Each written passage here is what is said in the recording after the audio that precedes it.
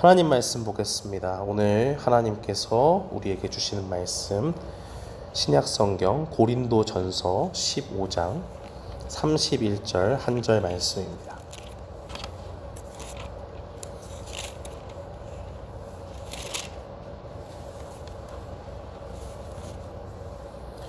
신약성경 고린도전서 15장 31절 말씀, 우리 다 찾으신 줄 알고 함께 봉독하겠습니다. 형제들아, 내가 그리스도 예수 우리 주 안에서 가진 바 너희에 대한 나의 자랑을 두고 단언하노니 나는 날마다 죽노라. 아멘. 저는 오늘 본문 말씀 고린도전서 15장 31절 한 절 말씀을 통해서 나는 날마다 죽노라 라는 제목으로 주의 말씀을 선포하겠습니다. 우리는 예수님의 부활을 기다리면서 40일간의 기간을 사순절로 지킵니다. 주님의 고난에 동참하면서 자신을 겸비하고 우리의 죄를 회개하는 시간으로 사순절을 지냅니다. 그런데 여러분, 세상에서 사순절이라는 말을 교회 밖에서 잘 알까요? 아마 일평생을 살면서 한 번도 듣지 못한 사람들도 많을 겁니다. 자영업 하시는 분들, 또 회사 생활 하시는 분들, 눈코 뜰 새 없이 바쁜 그 일상을 살아가면서 너무 분주해서 일반적인 뉴스도 잘 모르고 놓치는 분들도 있지 않습니까? 근데 뉴스 볼 시간도 없는 그런 상황들 속에서 일반적인 이슈도 놓치는데, 그 사람들은 교회에 관심이 없기 때문에 아예 자기가 시간을 갖고 조금 여유가 있다고 할지라도 사순절이라는 기간은 상당히 낯선 단어고 평생에 한 번 듣기도 힘든 말일 겁니다. 그런데 이 세상에서 바로 그러한 태도를 보이는 것, 교회에 대해서 무관심하고 교회가 지키는 절기에 대해서 무관심한 이유는 무엇입니까? 바로 교회가 별로 중요하지 않다고 생각하기 때문입니다. 교회가 자신의 삶과는 전혀 무관한 곳이라고 믿기 때문입니다. 그래서 세상에서는 교회에 큰 관심을 두지 않습니다. 그저 교회라고 하는 것은 예수님을 믿는 공동체 안에서만 중요한 것처럼 여기고, 또 그렇게 생각하기 때문에 전혀 교회에 대해서, 교회가 무엇을 하는지, 교회에 어떤 절기가 있는지 관심 갖지 않습니다. 세상 사람들이 교회에 관심이 없고 교회의 절기가 무엇인지 관심 없는 것을 우리는 막을 수가 없죠. 그 사람들이 그렇게 생각하면 그래 저렇게 생각하나 보다 안타까움을 갖지만 우리가 강압적으로 무언가를 할 수는 없습니다. 그러나 우리가 한 가지 확신을 가지고 이야기할 수 있는 것은 있습니다. 그것은 성경이 교회가 세상과 무관하다 말하지 않는다는 겁니다. 왜냐하면 예수님께서 이 땅에 오신 이유는 바로 죄악된 세상을 위해서 오신 것이기 때문입니다. 죄인을 구원하신 그 예수님은 죄인들을 위해서 이 땅에 오신 분입니다. 내가 이 땅에 온 것은 죄인을 불러 회개시키러 왔다. 예수님은 그렇게 말씀하셨습니다. 그래서 그 죄인을 구원하기 위해서 고통스러운 그 십자가의 고난도 감내하셨습니다. 우리 죄를 짊어지시고 십자가에서 죽으시고 3일 만에 말씀대로 살아나셨습니다. 왜 예수님은 십자가에서 죽으시고 부활하셨습니까? 바로 세상 가운데 예수님에게는 1도 관심이 없고 교회에는 1도 관심이 없는 그런 사람들에게 예수님께서 내가 너희의 구원자다 라고 말씀해 주시기 위해서입니다. 죄인은 죽었다 깨나도 자기의 죄를 씻을 수가 없습니다. 그런데 예수님께서는 우리를 위해서 우리를 깨끗게 하시는 보혈의 피를 흘려 주셨습니다. 바로 그 의로우신 예수님께서 죄인을 위해서 그 피를 흘려 주셨기 때문에 죄인인 우리가 용서를 받고 이제는 주님을 아무런 관계없는 사람이 아니라 우리의 주인으로, 우리의 하나님으로 고백할 수 있는 겁니다. 구약에서 피 흘림이 없이는 죄사함이 없다고 이야기했는데, 예수님은 자기 자신을 거룩하신 완벽한 흠이 없는 제물로 십자가에서 들이셨습니다. 그래서 이제는 더 이상 구약의 제사가 우리에게 필요가 없게 되었습니다.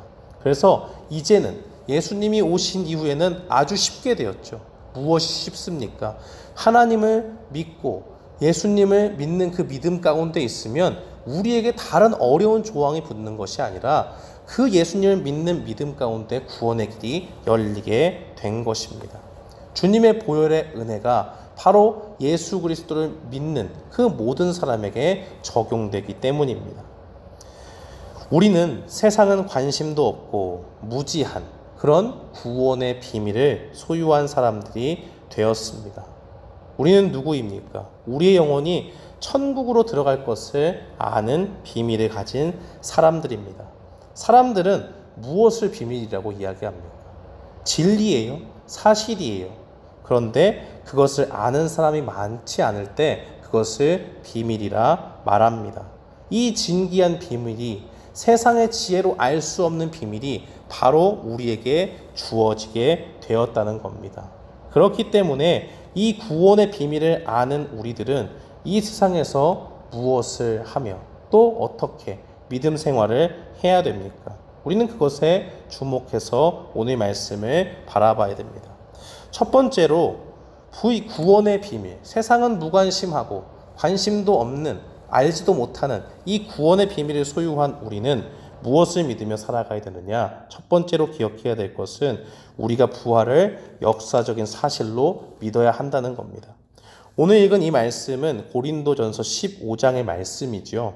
성경책이 있는 분들은 성경책을 딱 펴보면 그 부제가 나와 있지 않습니까? 이 고린도전서 15장에 그리스도의 부활이다 라고 그렇게 되어 있는 것을 보게 됩니다. 사람들이 가장 무서워하는 것은 무엇이죠? 바로 사람이 이길 수 없는 것, 극복할 수 없는 것을 두려워하고 무서워합니다. 그 대표적인 예가 죽음이지요. 이 세상은 정말 많이 발전했습니다. 과학도 진일보했고 좋은 의료 시스템도 있고 이전과는 다른 획기적인 약들도 우리에게 주어져 있습니다. 그런데 우리 주변에 우리의 삶을 약간 유익하게 해주는 편리한 시설들이 과학의 산물로 또 시대의 산물로 우리에게 주어졌지만 죽음이라는 것 앞에서는 모두가 허망할 뿐이라는 것을 보여줍니다. 사람들은 싸워서 이길 수 있는 대상에게 두려움을 느끼지 않습니다. 그런데 싸워도 승산이 없는 상대가 있다면 도망을 가기 바쁘죠. 왜요? 살고 싶으니까요. 자기 자신의 힘과 능력을 다해도 도저히 이길 수가 없기 때문에 자연스럽게 내가 어떻게 하면 살 수 있을까 하면서 살 궁리를 찾는 것. 그것이 바로 인간의 본질적인 모습입니다. 지금 이 순간에도 이 러시아의 공격을 받는 우크라이나 사람들은 얼마나 살기 위해서 발버둥을 칩니까? 우리는 그들의 모습을 보면 마음이 아픕니다. 왜 마음이 아프죠? 정말 그들 가운데 있는 사람들, 그 연약한 사람들이 무고하게 폭격을 당하고 침략을 당하면서 아무런 대항할 힘이 없이 무력하게 당하는 것을 보게 됩니다.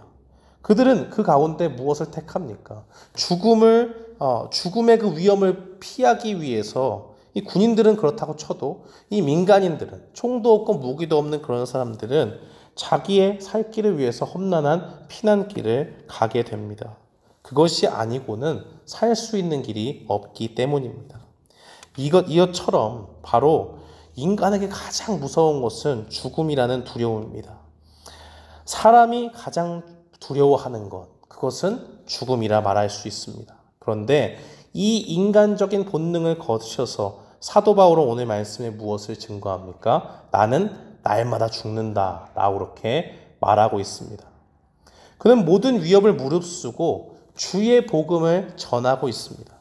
자신이 죽을 위기에 처한 것을 여러 번 경험하고도 복음을 전하고 있습니다. 왜냐하면 그가 가진 그 복음, 주님의 부활을 확실히 믿고 있기 때문입니다.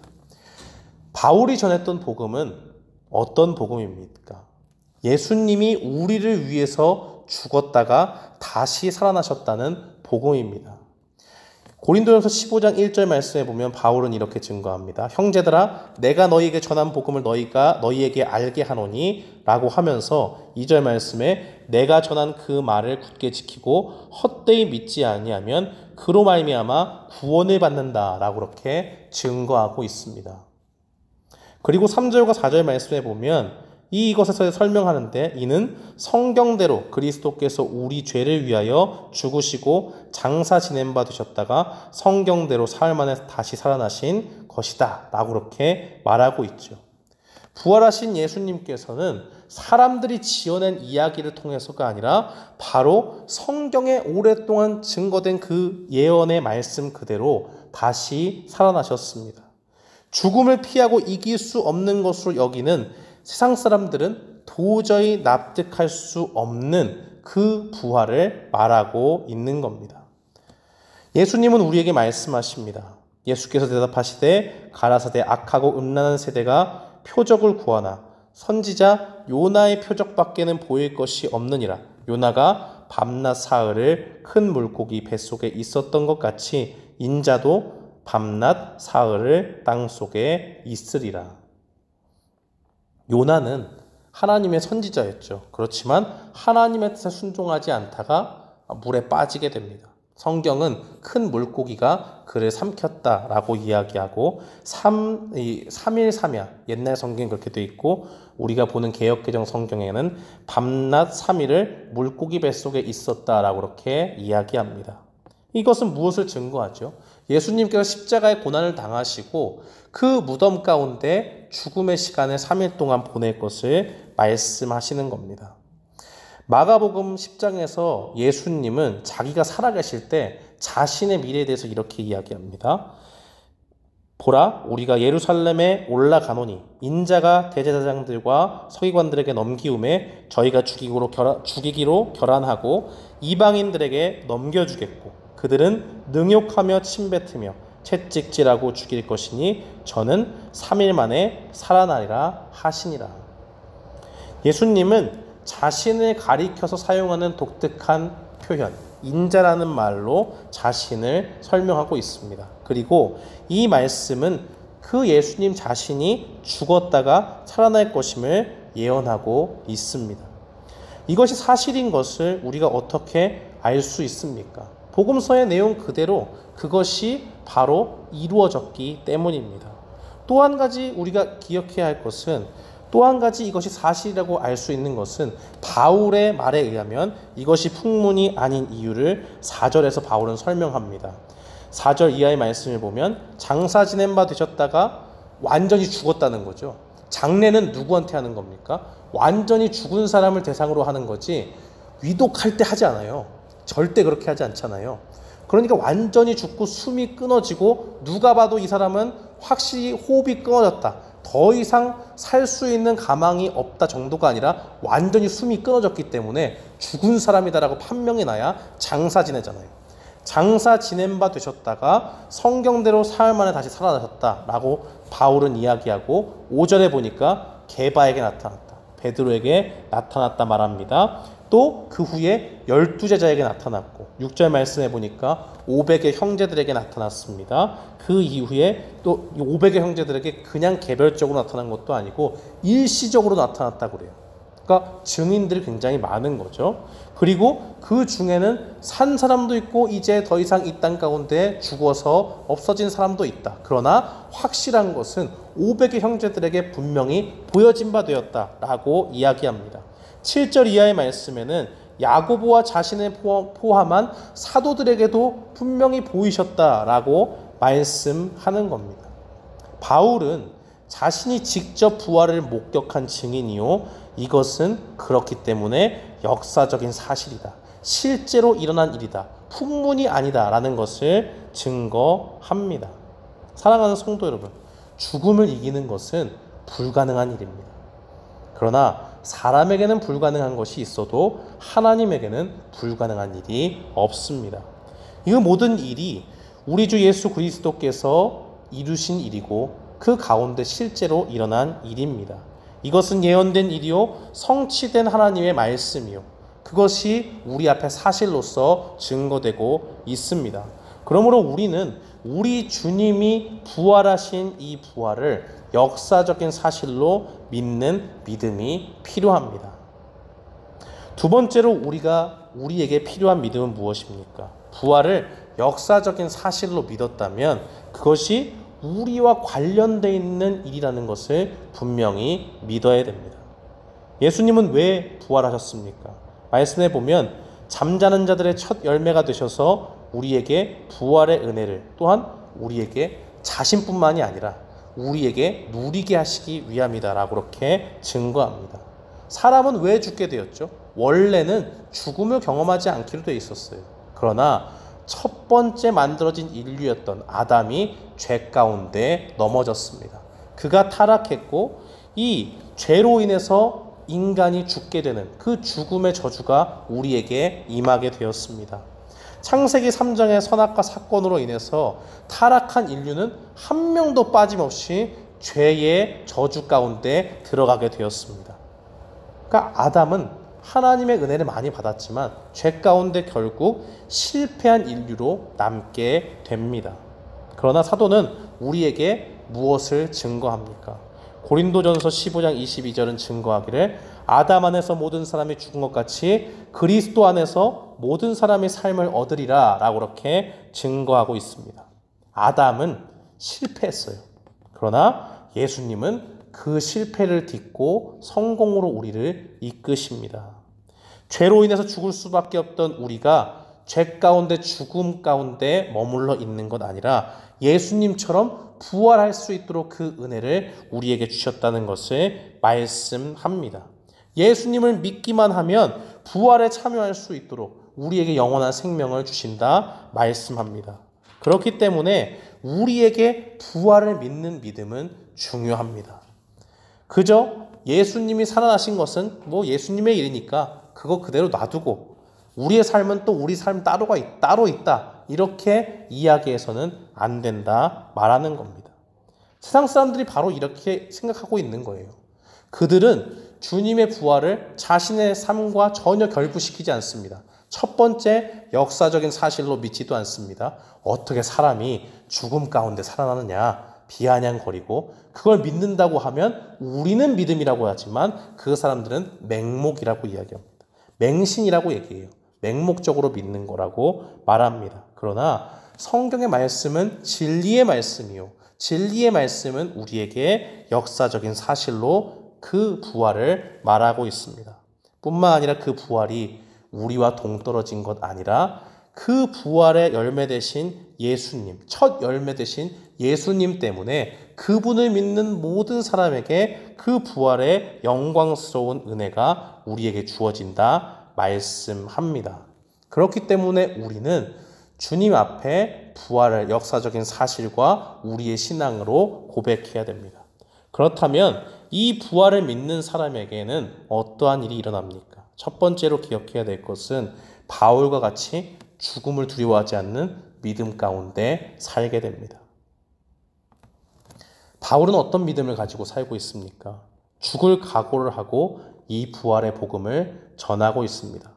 30절 말씀을 보면 또 어찌하여 우리가 언제나 위험을 무릅쓰리요 라고 그렇게 증거하고 있습니다. 교회 안에 부활이 없다고 믿는 잘못된 가르침을 신봉하는 사람들이 있었어요. 그 사람들을 향해서 바울이 붓을 들어서 고린도전서 15장을 썼습니다.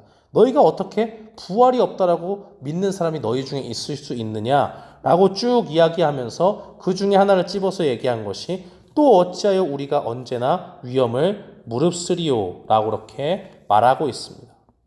부활이 예수님께서 죽음을 이기시고 살아나신 일이 사실이 아니라면 내가 왜 죽음을 무릅쓰고 복음을 전하겠느냐라고 그렇게 말하고 있는 겁니다. 또 그것이 우리와 관계가 없는 일이라면 내가 왜 이 복음을 들고 열방 가운데 이 교회 저 교회 지방과 지방으로 쫓겨다니면서 왜 내가 이 고생을 하면서 복음을 전하겠느냐라고 그렇게 말하고 있는 겁니다. 32절 말씀에 보면 내가 사람의 방법으로 에베소에서 맹수와 더불어 싸웠다면 내가 무슨 유익이 있으리요? 죽은 자가 다시 살아나지 못하였다면 내일 죽을 터이니 먹고 마시자 하리라 라고 그렇게 증거합니다. 바울은 지금요 사람들이 그 당시에 이해할 수 있는 내용을 빌어서 설명을 하고 있는 겁니다. 쉽게 이해할 수 있는 내용.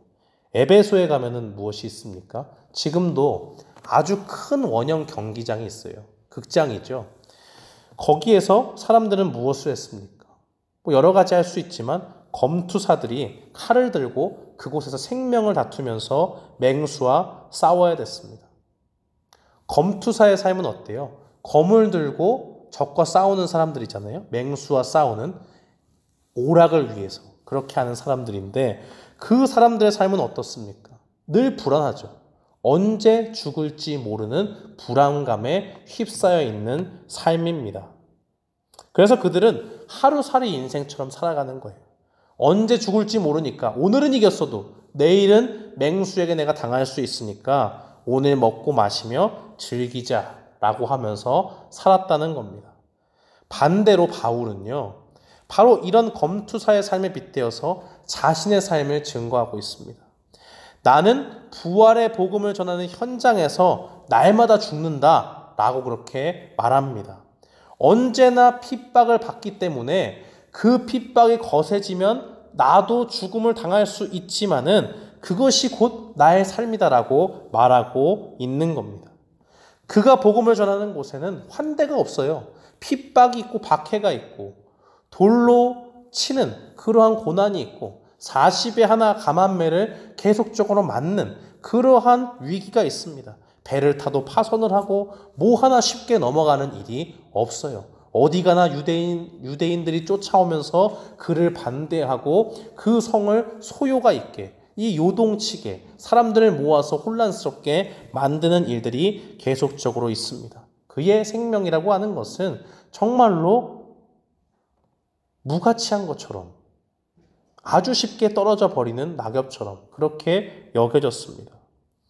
그래서 이 사도 바울은 이렇게 증거합니다. 고린도후서 1장 8절로 9절 말씀에 보면 형제들아 우리가 아시아에서 당한 환난을 너희가 알지 못하기를 원치 아니하노니 힘에 지나도록 심한 고생을 받아 살 소망까지 끊어지고 우리 마음에 사형 선고를 받은 줄 알았으니 라고 그렇게 증거합니다.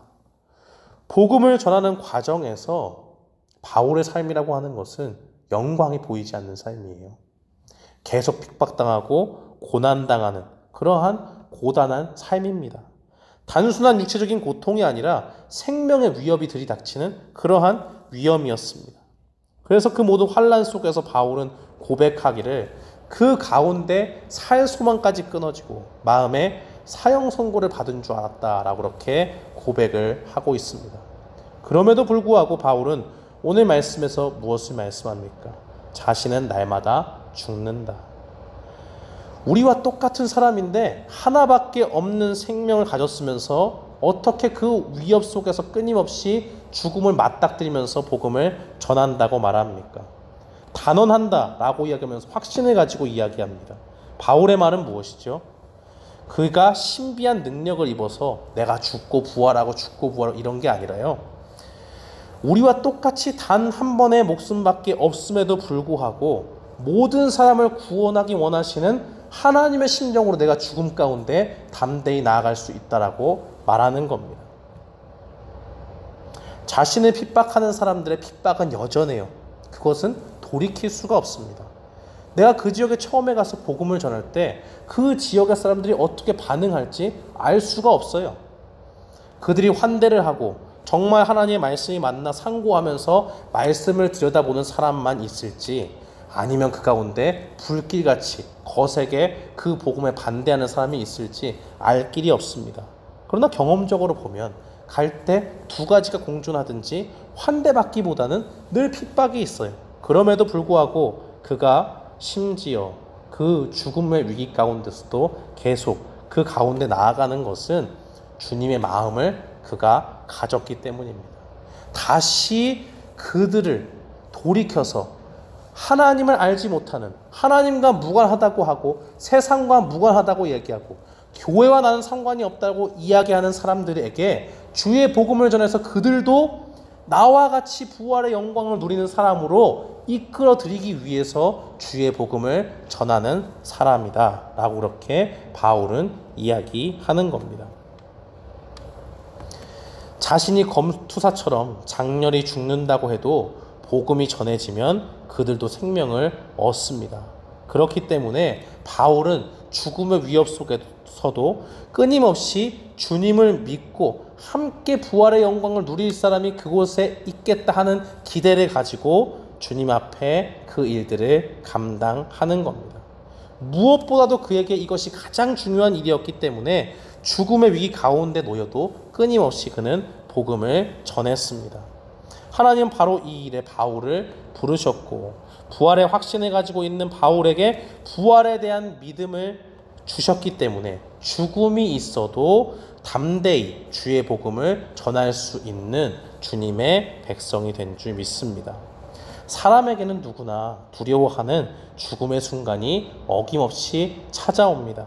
히브리서 9장 27절은 증거하기를 한 번 죽는 것은 사람에게 정하신 것이요 그 후에는 심판이 있다 말씀합니다. 그러나 그 가운데서 세상에 있는 동안 심판의 때가 되면 두 가지 반응으로 사람들은 갈리게 돼 있습니다.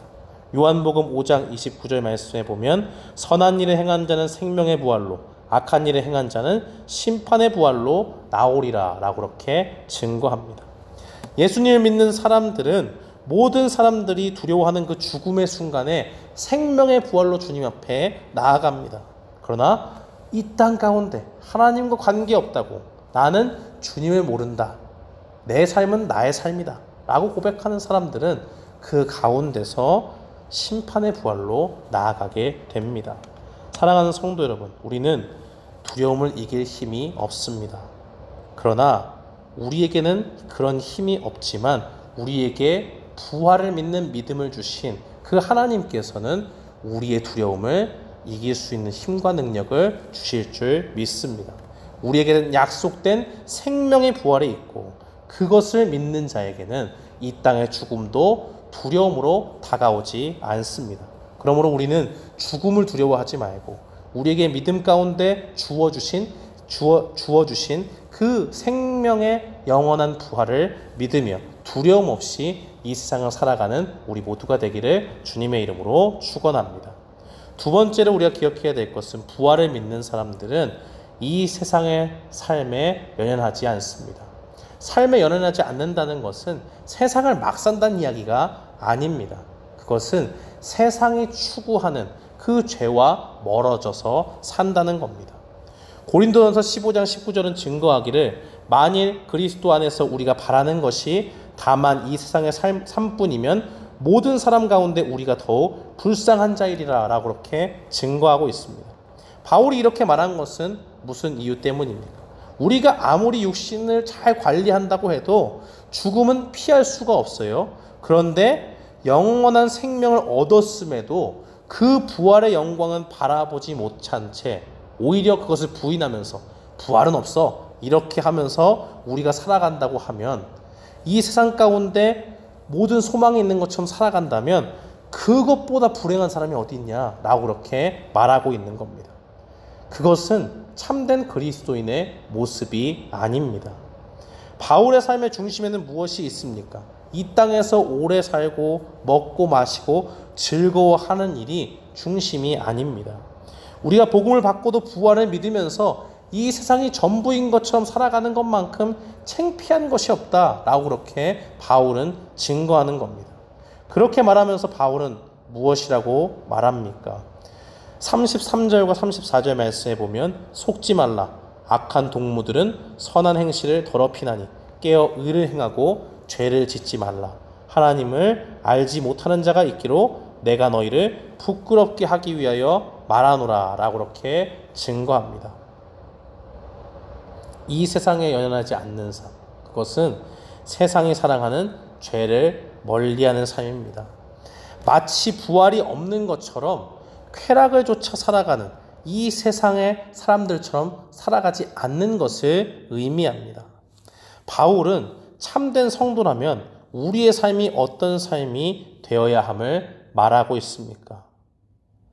우리 자신의 죄악된 본성은 날마다 죽이고 주님이 주신 새로운 생명을 가지고 사는 삶임을 말하고 있습니다.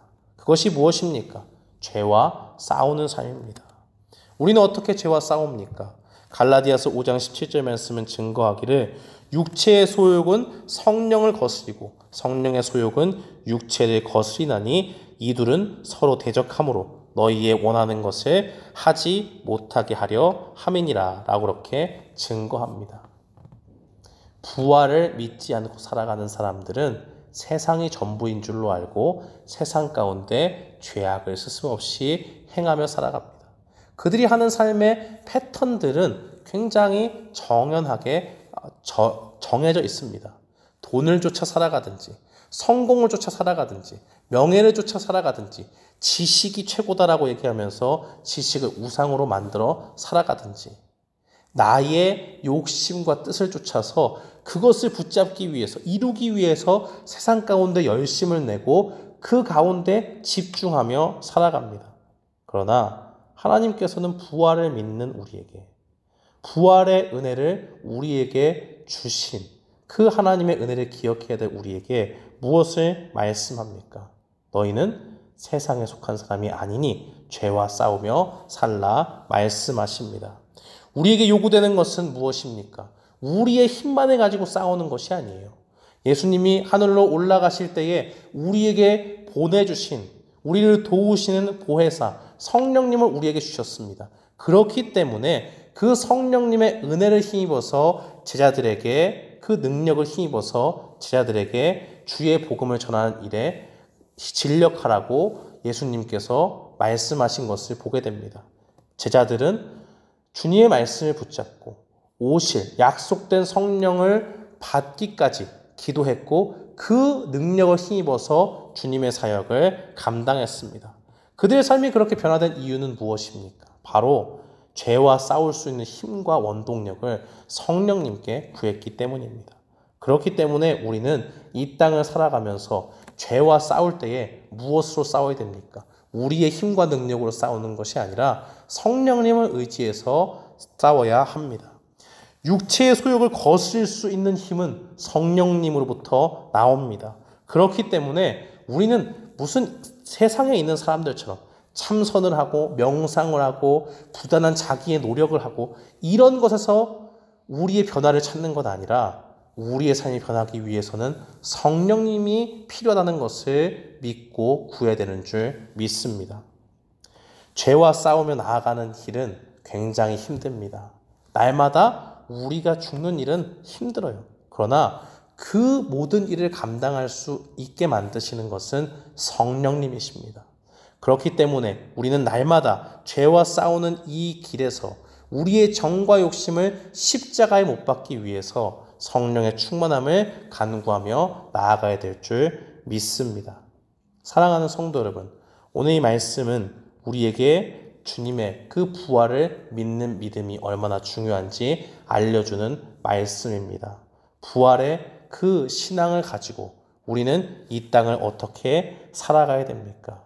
죄와 싸우는 믿음을 가지고 성령님의 능력을 받아서 하나님의 그 은혜 가운데 죽음을 두려워하지 않는 그 믿음 가운데 나아가야 함을 보여주고 있습니다. 우리 사순절 기간에 우리 자신을 돌아보면서 고난당하신 주님께서 우리를 위해서 부활하신 그 부활절 향해 달려갈 때에 우리가 바로 이러한 믿음이 있기를 원합니다.